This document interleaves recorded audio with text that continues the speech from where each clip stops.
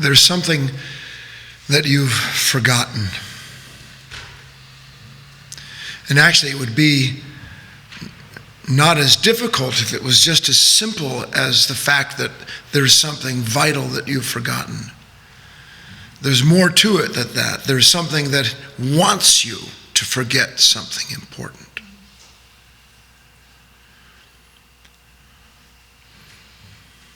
And what you've forgotten is not these words, it's the direct experience of the following. This is my life. This is my life. It doesn't belong to you, and I'm not talking about you. It doesn't belong to every thought, every passing feeling, every resistance, every urge, every impulse. It doesn't belong to anything other than myself. And that's what you don't know, because you have a surreptitious life. One that is handed to you by every thought and feeling that moves through you, that hands you back a momentary identity. And the sense that a person has to have, and it comes, doesn't just come out of the blue. The sense a person has to have that does come to them is this growing distaste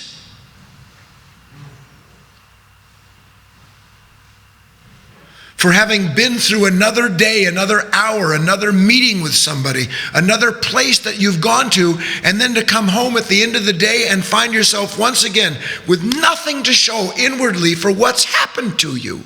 Because you didn't stay with yourself. You don't know what it means that this is your life. You know why? Because even as I'm speaking to you, you see, you have to feel that. It isn't a thought. It isn't an idea. It's an actual presence. And you have to feel that presence. You have to sense it entirely. Because as you start to do that, the difference between my life, having my life, meaning, look, for whom is this moment made? Don't answer mechanically. For whom is this moment made? And the real answer is, it is made for anyone and everything that is in it. And if you're not in this moment, you are not alive as part of the life that gives this moment. What you are is alive in a world of thoughts. You're alive in a theater. And all the sensations of yourself are generated by looking at what's going on the screen of the mind with all of its comparison and movement and sensation. And one has a completely derivative existence sitting in there in the dark station of their own unconscious mind. See, do it. Come back. See, this is my life. This, and then you'll understand something that's beyond description with regards to the glory of what is divine. And this moment is made for everyone and anything who will be in it, and it's all yours. Nobody else can have the portion that's been allotted to you. And your portion is the whole thing.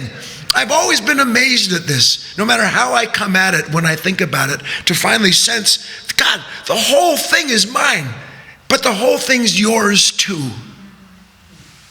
But not if you're not in your body. And you're never in your body. You're in thought that's in a body. And the body of thought is not the same thing as the body of this moment. The body of thought is a reflection of this moment that takes itself for being the whole thing.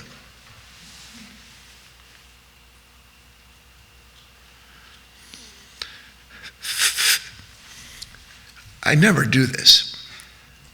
Feel it with me. You know how you feel it with me? You are aware of yourself sitting there while you're aware of me. You're not just in the world of a separate sense of yourself, judging or analyzing or thinking about the speaker or why is he like this or that. You're actually aware of what you're seeing. You're aware of what you're seeing is producing in you, and you're aware of yourself as being all of that and more, all at the same time. Then it's your life. But the strange thing is it's your life because you've given yourself to it. Not because you're analyzing it, but because it is you.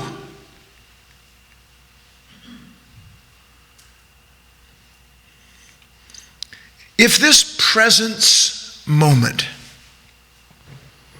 said it the other way, if this moment is the vital expression of a timeless presence, which it is, then that means the degree to which you are, on two sides, one, willing to be in it. See, that's the problem. It's like, you know what it's like? It really is just like this, and I'm a past master at this, still am. It's like eating junk food your whole life and then tasting a fresh piece of fruit. The fruit tastes bad.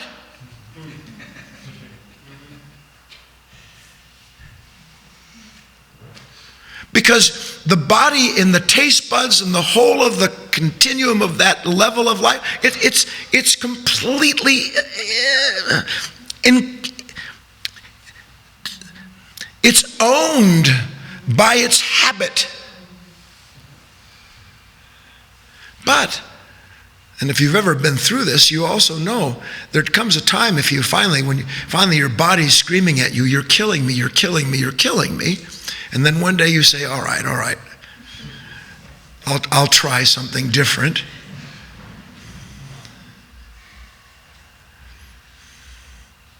Then what tastes bad to you is what you always thought was good for you. You didn't change anything other than what you were giving yourself to. And you came to give yourself to what was good for you because you finally recognized, look, it's bad for me if I don't know this is my life. Because you see, if I don't know it's my life, it's yours. Anybody that wants it.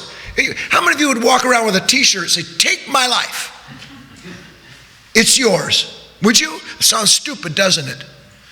I'm telling you that that's exactly what human beings do. They walk around inwardly looking for something to give their life to or to have something take it, so that there can be the corresponding sensation of oneself produced by being identified with I'm for this or against that. Do it again. Come back. You have to come back, and you have to come back, and you have to come back, and you have to come back, and you have to come back, and you have to come back. Because the more you come back, the more you will love the taste of your life, including everything in it that presently seems bitter.